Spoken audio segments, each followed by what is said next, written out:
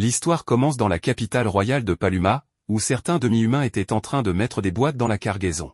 Un homme leur dit de se dépêcher, sinon il les battra à mort. Un marchand nommé Banaza arrive et les remercie d'avoir rempli toutes les boîtes de sa cargaison. Sa droiture inquiète les autres humains autour de lui pour sa santé mentale car ils ne comprennent pas pourquoi un homme qui est supérieur à tous les demi-humains irait jusqu'à les aider. Les demi-humains, qui sont esclaves de tous les humains, ne sont pas autorisés à utiliser de l'argent dans ce monde, mais Banaza donne quand même à son travailleur demi-humain une grosse bourse d'argent pour avoir accompli le travail donné avec succès. Le demi-humain, bien sûr, ne prend pas l'argent car il sait qu'il n'aura que des ennuis si les gardes royaux découvrent qu'il a pris de l'argent aux humains.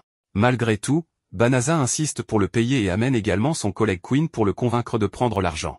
Contrairement aux autres, Queen sait à quel point Banaza est bon et généreux. Alors elle dit à l'équipe demi-humaine d'aller dîner avec l'argent que Banaza leur a offert. Il remercie Banaza pour leur avoir offert un tel traitement, mais les autres marchands qui observaient attentivement Banaza l'appellent hypocrite pour avoir prétendu aider les esclaves qui sont techniquement forcés de travailler contre leur gré. Banaza comprend comment les autres marchands de la ville se sentent à son sujet, mais il ne laisse pas cela blesser ses sentiments et défend ses actions en affirmant qu'il veut simplement que toutes les espèces s'entendent les unes avec les autres. Soudain, un événement miraculeux fait briller Banaza d'une couleur dorée brillante et le téléporte loin de l'endroit où il se trouvait, ce qui inquiète sa subordonnée Queen quant à l'endroit où il a disparu. Il est révélé que Banaza vient d'être téléporté de son monde à un autre monde magique pour devenir le 198e candidat héros de ce monde. Lorsqu'il fait son entrée dans ce monde magique, il se retrouve entouré de dizaines de mages qui lui souhaitent bienvenue dans le royaume magique de Clyrod. Après avoir appris qu'il a été sélectionné pour être le héros de ce monde, Banaza devient confus car il n'est qu'un simple marchand qui n'est clairement pas digne de devenir un tel héros. Le chef des mages assure à Banaza qu'il est un héros qui devra les aider dans leur guerre prolongée contre l'armée du Seigneur des Ténèbres, avant d'attribuer à Banaza l'un des postes de héros. Le chef des mages demande à l'une de ses servantes d'apporter la boule de cristal d'évaluation pour connaître les capacités que possède Banaza. Banaza place à contre-cœur ses deux mains sur la boule de cristal, la faisant s'illuminer en blanc. Apparemment, les candidats héros qui sont convoqués dans ce monde reçoivent généralement des bénédictions divines des dieux qui les aident à se démarquer et à devenir l'un des plus forts de leur génération. Cependant, Banaza révèle n'avoir reçu aucune de ces bénédictions divines, ce qui terrifie même la servante qui a apporté la boule de cristal, car il n'a jamais été vu qu'un candidat héros ait de telles statistiques ordinaires. Entendant cela, toutes les servantes responsables d'avoir convoqué Banaza ici sont également déçues, car l'autre équipe de mages, qui se trouve à quelques pieds de là, a réussi à convoquer une personne possédant des pouvoirs dignes de devenir le héros le plus fort du monde. Le héros aux cheveux blonds qui vient d'être convoqué se montre plein de lui-même à cause de ses grandes statistiques et méprise Banaza pour être un perdant malchanceux. De toute façon, à cause de cela, le héros légendaire Banaza est complètement ignoré par tout le monde, ce qui le fait se demander si quelqu'un va le renvoyer dans son monde d'origine ou non, puisqu'il n'est plus digne d'être un héros. Le roi du royaume magique remercie le héros blond d'être venu dans ce monde et lui donne immédiatement le titre de chevalier, qui est le titre le plus élevé que l'on puisse obtenir. Pendant ce temps, Banaza boude sur le balcon du château royal, totalement déçu de voir que personne ne le traite bien simplement parce qu'il est ordinaire. N'ayant rien d'autre à faire, il regarde autour de lui pour vérifier s'il est vraiment dans un monde différent du sien et voit des similitudes qui le font se demander où il est. Peu après, les gardes royaux du royaume jettent Banaza hors du château et l'envoient vers le côté éloigné du royaume, lui accordant la permission de vivre dans la dangereuse forêt comme bon lui semble. Banaza voulait bien sûr retourner dans son monde d'origine, mais puisque le portail qui a été utilisé pour le convoquer s'est fermé et ne peut plus être utilisé pour le renvoyer, il accepte son destin et se dirige joyeusement vers sa prochaine destination. En chemin, il essaie de faire la conversation avec le conducteur de carrosse, mais l'homme lézard refuse de lui parler, car ils ont expressément reçu l'ordre de ne rien lui dire sur ce monde. Voyant l'homme lézard si obéissant au royaume, Banaza suppose qu'il est esclave et dit aux hommes lézards que le monde d'où il vient est un endroit très horrible où les humains ont réduit toutes les autres espèces en esclavage. L'homme lézard éclate de rire en entendant parler d'un monde aussi vil et explique que, contrairement au monde de Banaza, il n'y a pas de discrimination dans le monde entre les demi-humains et les humains. Maintenant que l'homme lézard s'est un peu ouvert, Banaza lui demande à nouveau des informations sur la forêt vers laquelle il se dirige, car il n'en sait rien, mais l'homme lézard refuse toujours de lui parler et ferme la fenêtre sur lui. Ainsi, pour le reste de ses jours de voyage, Banaza se contente de manger, boire et dormir, et après 20 jours solitaires et longs, il atteint sa destination, la forêt de Delavra. Avant de partir, l'homme lézard donne à Banaza une poche spéciale dimensionnelle remplie d'argent et de nourriture qui lui a été donnée par le roi, et lui murmure des nouvelles terrifiantes. Le Seigneur des Ténèbres, contre qui le royaume est en guerre, vit quelque part à l'intérieur de la forêt de Delavra. Banaza remercie l'homme lézard pour l'avertissement, mais il ne s'enfuit pas car il ne sait pas où il devrait aller. À la place, il se concentre sur les objets contenus dans la poche et extrait tout de son inventaire en plaçant simplement ses mains dessus. Le menu du système indique que Banaza a reçu des vêtements basiques, une poche contenant moins d'eau, une bonne quantité de nourriture, une armure, des outils agricoles basiques, beaucoup de pièces d'or et un ensemble de magie de construction de maisons. Banaza sort l'armure, qui n'est qu'une simple épée bon marché, et teste immédiatement sa netteté sur le slim à proximité. Après avoir tué seulement 3 slims, l'épée est complètement détruite, laissant Banaza déçu et se sentant arnaqué. Le menu du système apparaît à nouveau, informant Banaza que son rang a été augmenté au niveau 2, ce qui a entraîné une augmentation infinie de toutes ses capacités. Cependant, Banaza ne comprend pas ce que signifie le symbole de l'infini, alors il active le guide vocal du système qui lui informe qu'il a débloqué des tonnes et des tonnes de sorts magiques en raison de son passage de niveau. Le système lui fait également savoir qu'il a détecté des sorts magiques négatifs comme le traçage de localisation, l'attirance de monstres et la récupération forcée sur la poche que les hommes lézards lui ont donnée plus tôt, ce qui le fait réaliser que le roi ne voulait pas qu'il survive dans la forêt. Heureusement, le système supprime tous les sorts négatifs qui étaient appliqués à la poche, donc Banaza ne s'en soucie plus. Il oublie de demander au système ce que signifie le symbole de l'infini, qu'il ne connaît pas, et se dirige vers la forêt à la recherche d'un endroit sûr où séjourner. Mais avant d'entrer, le système le met en garde à nouveau, lui indiquant que toute la forêt est fortement contaminée par du malicium, une substance gazeuse malveillante libérée par les démons. Banaza demande plaisamment au système de purifier la forêt pour lui, et il le fait en conséquence, ce qui lui fait réaliser à quel point son menu système est incroyablement surpuissant. Le système apparaît à nouveau, informant Banaza que son niveau global a encore une fois augmenté, cette fois-ci jusqu'au rang de l'infini, car il a éliminé indirectement tous les démons vivants de la forêt en la purifiant. Pendant ce temps, de retour au château royal, la première princesse trouve cruel que le héros Banaza ait été traité si durement simplement parce qu'il n'avait pas été béni de super pouvoirs. Cependant, le roi affirme qu'il est juste qu'un déchet comme Banaza soit envoyé à mourir puisqu'il n'est rien d'autre que bon à rien pour leur royaume. Le mage de la cour rend visite au roi en lui disant qu'il a trouvé des preuves que la magie sainte la plus puissante de leur monde, nommée purification, a été utilisée dans la forêt où Banaza a été envoyé. Parlant de cela, le niveau de Banaza passe du niveau 2 seulement à un niveau remarquable de 367. Il se demande pourquoi il a monté de niveau si rapidement et suppose que tout le monde monte également de niveau comme lui, puisqu'il se considère toujours comme ordinaire. Il désactive donc les notifications de passage de niveau et demande au système combien de puissance magique il lui reste après avoir purifié la forêt. Le système lui informe que sa puissance magique a déjà été reconstituée, ce qui le fait penser que sa puissance a été restaurée si rapidement parce qu'il n'y avait pas beaucoup de puissance magique au départ à augmenter. Se considérant toujours comme faible, Banaza jette un œil au sort qu'il a débloqué, et par pure curiosité, change son apparence pour que personne dans ce monde ne le reconnaisse comme le candidat héros raté. Maintenant qu'il ne peut plus être reconnu, Banaza décide de retourner à la capitale royale et utilise sa magie de téléportation pour y retourner. Bien que n'importe qui d'autre aurait compris à ce stade qu'il a été béni d'une puissance surpuissante maintenant dans ce monde d'ici. Ce crétin pense que tout le monde dans ce monde sait comment utiliser ses puissants sorts de toute façon. Il se dirige alors vers la ville dans l'espoir de rejoindre une guilde de marchands pour gagner de l'argent, puisqu'il était à l'origine un marchand dans son monde précédent. Cependant, le système lui conseille de se rendre plutôt à la guilde des aventuriers, alors il s'y rend et s'inscrit sous le nom de Flio, avec sa nouvelle apparence. Après avoir terminé son inscription, Banaza, désormais Flio, obtient son badge d'aventurier de rang E et part immédiatement à la recherche de quêtes d'aventuriers. À ce moment-là, une petite fille à la guilde supplie tous les aventuriers de l'escorter jusqu'à la forêt où réside l'armée des démons, donc Flio accepte de l'emmener là-bas, révélant devant tout le monde qu'il a la capacité d'utiliser la magie de téléportation. Pendant cette révélation, tous les aventuriers sont choqués, car ils ne peuvent pas croire qu'un aventurier de rang E comme lui puisse utiliser un sort de niveau si élevé que seuls quelques sorciers peuvent utiliser. Une femme nommée Balirosa, une chevalière royale, est trop dérangée d'entendre les affirmations de Flio et lui dit immédiatement de s'éloigner de la petite fille, car elle suppose qu'il est un imposteur qui essaie de profiter de la petite fille en lui mentant. Comme toutes les femmes à l'intérieur de la guilde commencent à soupçonner Flio d'être un trafiquant d'êtres humains, il leur démontre à toutes qu'il peut effectivement utiliser la magie de téléportation et emmène 5 des filles, y compris la petite fille, dans la forêt de Delavra en un clin d'œil. Un jeune mage qui l'accompagnait reste tout de même méfiant à son égard et l'appelle un grand sorcier de haut rang qui cache ses capacités. La chevalière royale, Balirosa, s'excuse également formellement auprès de lui pour avoir agi si grossièrement sans prendre en considération qu'il aurait pu dire la vérité. Suivant son exemple, toutes les filles s'excusent également et promettent de ne plus être méfiantes à son égard. La petite fille remarque que la forêt n'est plus entourée de malicium. À quoi Flio essaie d'expliquer que c'est lui qui a utilisé le sort de purification pour nettoyer toute la forêt, mais le système l'arrête et lui dit que la petite fille devant lui est un démon qui deviendra certainement hostile envers lui s'il lui donne cette information.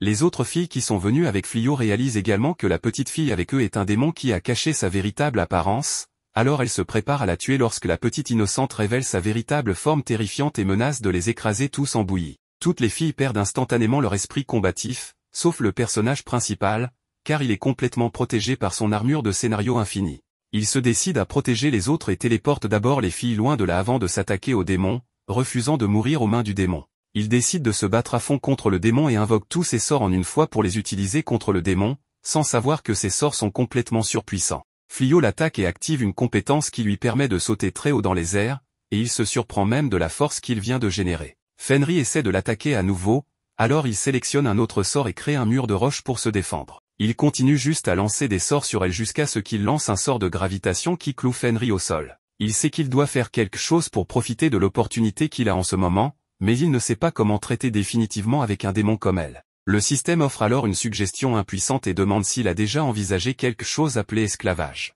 Fléau est un défenseur du libre arbitre, donc l'esclavage est la dernière chose qu'il voudrait jamais imposer à quelqu'un d'autre. Il refuse donc d'utiliser le sort de subjugation. Fenris tente d'utiliser sa magie pour se libérer du sort de gravité, mais le système l'annule et suggère une fois de plus à Fléau d'essayer l'esclavage. Cela continue pendant un certain temps, le système essayant vraiment de le convaincre que faire de Fenris une esclave est une bonne idée. Mais il a ses principes et ne les compromettra pas. Pendant que Fléau discutait avec le système, Fenris avait épuisé tous ses sorts et s'était rendue. Elle n'a plus de magie et se rend à Fléau sans force pour se battre. Elle est aussi bonne que morte déjà, alors elle lui demande de mettre fin rapidement à sa vie. Fléau sourit et lui dit qu'il n'a jamais voulu la tuer en premier lieu, ni voulu un combat pour commencer. Il annule donc le sort de gravité et laisse Fenris partir. Elle ne peut pas croire qu'un humain laisserait volontairement un démon vivre. Mais Fléau se moque un peu de savoir s'il traite avec un démon ou un humain. Il ne pense tout simplement pas que ce soit juste de tuer un adversaire qui s'est déjà rendu. Fenris comprend son point de vue, mais elle pense quand même qu'il est très naïf. Elle annule sa transformation de bête et reprend sa forme humaine normale,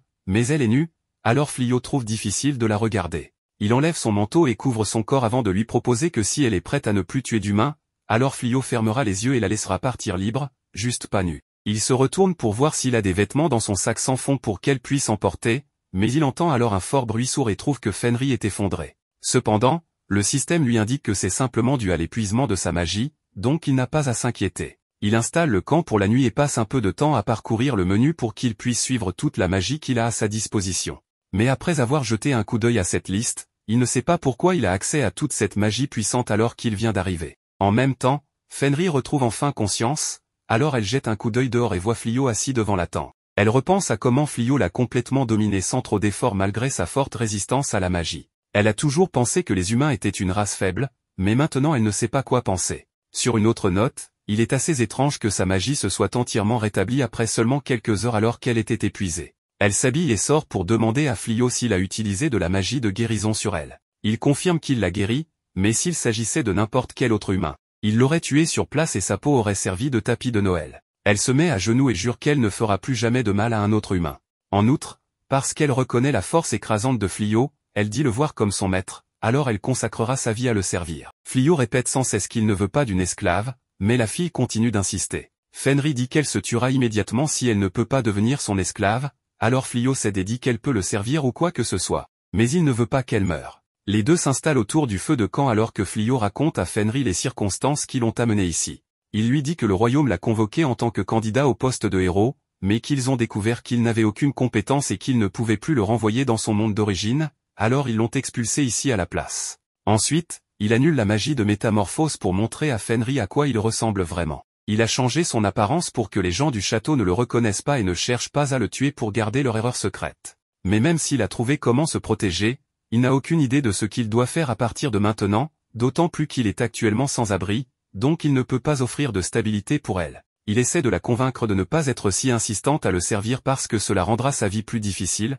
mais elle dit que son espèce reste complètement dévouée à quiconque ils reconnaissent comme leur maître. Donc, quoi qu'il arrive ou où qu'ils aillent, elle sera toujours aux côtés de Fléau, quoi qu'il arrive. Fléau ne peut vraiment pas argumenter avec elle après sa déclaration d'engagement, donc il accepte de la laisser rester à ses côtés, et Fenris saute sur lui avec excitation. Pendant ce temps, de retour au château, un blond que le roi a nommé comme le héros vient de rentrer de la mission de la force de frappe, et c'était un échec absolu, avec la plupart de l'escadron étant éliminés. Le héros met immédiatement tout le blâme sur les soldats et dit qu'ils ont tous paniqué et se sont simplement fait tuer dès qu'ils ont vu une bête magique. Mais le roi ne tombe pas pour une telle bévue évident, alors il demande à l'un des soldats qui était dans l'escadron ce qui s'est réellement passé. Dans la vraie histoire, le héros est resté derrière l'armée tout le temps et dès que les monstres sont apparus, il a fui les laissant combattre pour leur vie.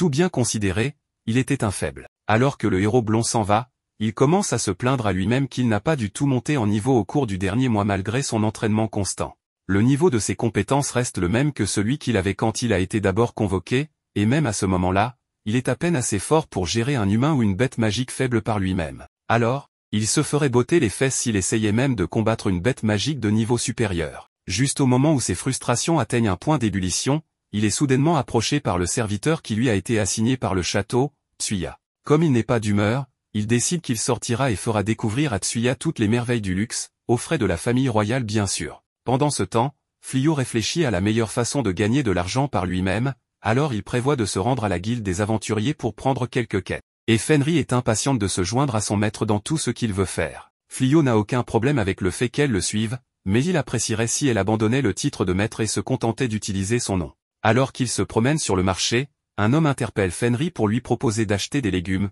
pensant qu'elle et Flio sont un couple marié. C'est un malentendu honnête, mais maintenant qu'il y pense, Flio croit que ce serait peut-être plus facile de voyager dans ce monde avec Fenris s'ils agissaient comme un couple marié. Mais seulement si elle est d'accord pour être mariée à lui. Fenris est absolument ravi à l'idée d'épouser Flio, car pour son espèce, il n'y a pas de plus grand honneur que de pouvoir dire que leur mari est plus fort que tout le monde. Flio ressent le besoin de préciser qu'ils ne feront que prétendre être mariés l'un à l'autre, mais Fenris se moque des petits détails tant qu'elle peut les appeler son chéri. Après être arrivée à la guilde des aventuriers, Flio obtient une carte de guilde pour Fenris également, et elle est un peu embarrassée car cela signifie qu'elle et Flio auront un accessoire assorti, et dans sa culture, il y a quelque chose de similaire qui se fait dans le cadre d'un rituel d'accouplement. La réceptionniste de la guilde fait semblant de n'avoir rien entendu de toute cette conversation et demande simplement à Fenris sous quel nom elle souhaite s'inscrire. Fenris donne simplement son nom complet et son titre de l'armée des démons, mais Flio l'arrête à temps et met juste Lys pour son nom. Plus tard, Lys s'excuse presque pour avoir failli se faire repérer. Mais il dit que tout va bien puisqu'il ne s'est rien passé de mal. À ce moment-là, une cloche retentit alors que la réceptionniste annonce qu'il y a une quête urgente à gérer, un énorme groupe d'ours psycho a été repéré près de la ville et se dirige actuellement vers eux. Ce sont les mêmes ours que le héros blond a fui, donc les aventuriers ont tous peur de s'attaquer à ceux-ci. Pour les inciter à accepter, la guilde est prête à offrir 10 fois la récompense habituelle pour les ours psycho, ce qui en fait un moyen vraiment bon de gagner de l'argent, d'autant plus qu'il n'y a pas de requis de rang. Mais Flio hésite toujours à accepter. Fenris ne comprend pas pourquoi il a tellement peur puisqu'elle est sûre qu'il pourrait facilement éliminer les ours.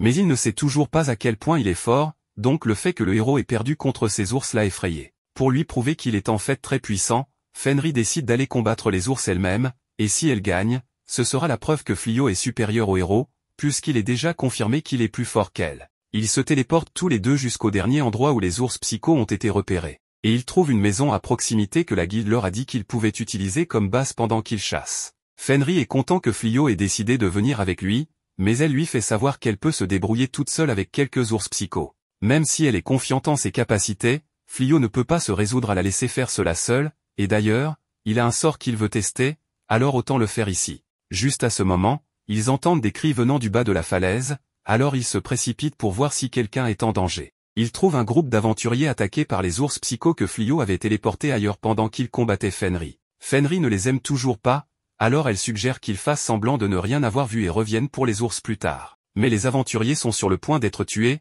alors Flio intervient et utilise sa magie de foudre pour éliminer plusieurs ours. Puisque Flio s'est impliqué, Fenris saute pour vaincre le dernier ours en l'écrasant au sol. Cependant, elle se plaint toujours que Flio est trop gentil alors que Flio saute également. Les chevaliers le reconnaissent et le remercient une fois de plus d'être venu à leur rescousse. Flio les présente à Lys comme son compagnon de voyage, ce qui contrarie Lys car il ne l'a pas présenté comme sa femme. Un moment plus tard, un énorme ours psycho s'approche de Lys par derrière et tente de l'attaquer, mais comme elle est de mauvaise humeur, elle se contente de le regarder et l'ours réalise qu'il ne veut plus se battre. Il tombe en arrière et reste là, laissant tout le monde perplexe, mais ils comprennent bientôt que l'ours a simplement abandonné et s'est rendu à eux. C'est bien que l'ours soit assez intelligent pour comprendre qu'il est surpassé, mais ils ne peuvent pas simplement le laisser partir car il attaquera quelqu'un d'autre tôt ou tard. Ils décident donc de garder cet ours psycho comme animal de compagnie pour qu'il n'attaque plus les gens. Flio jette un coup d'œil au système et trouve quelque chose appelé la magie de restriction qui l'empêchera de devenir sauvage, mais même si l'ours est apprivoisé, il causera quand même la panique s'il se promène avec lui comme ça.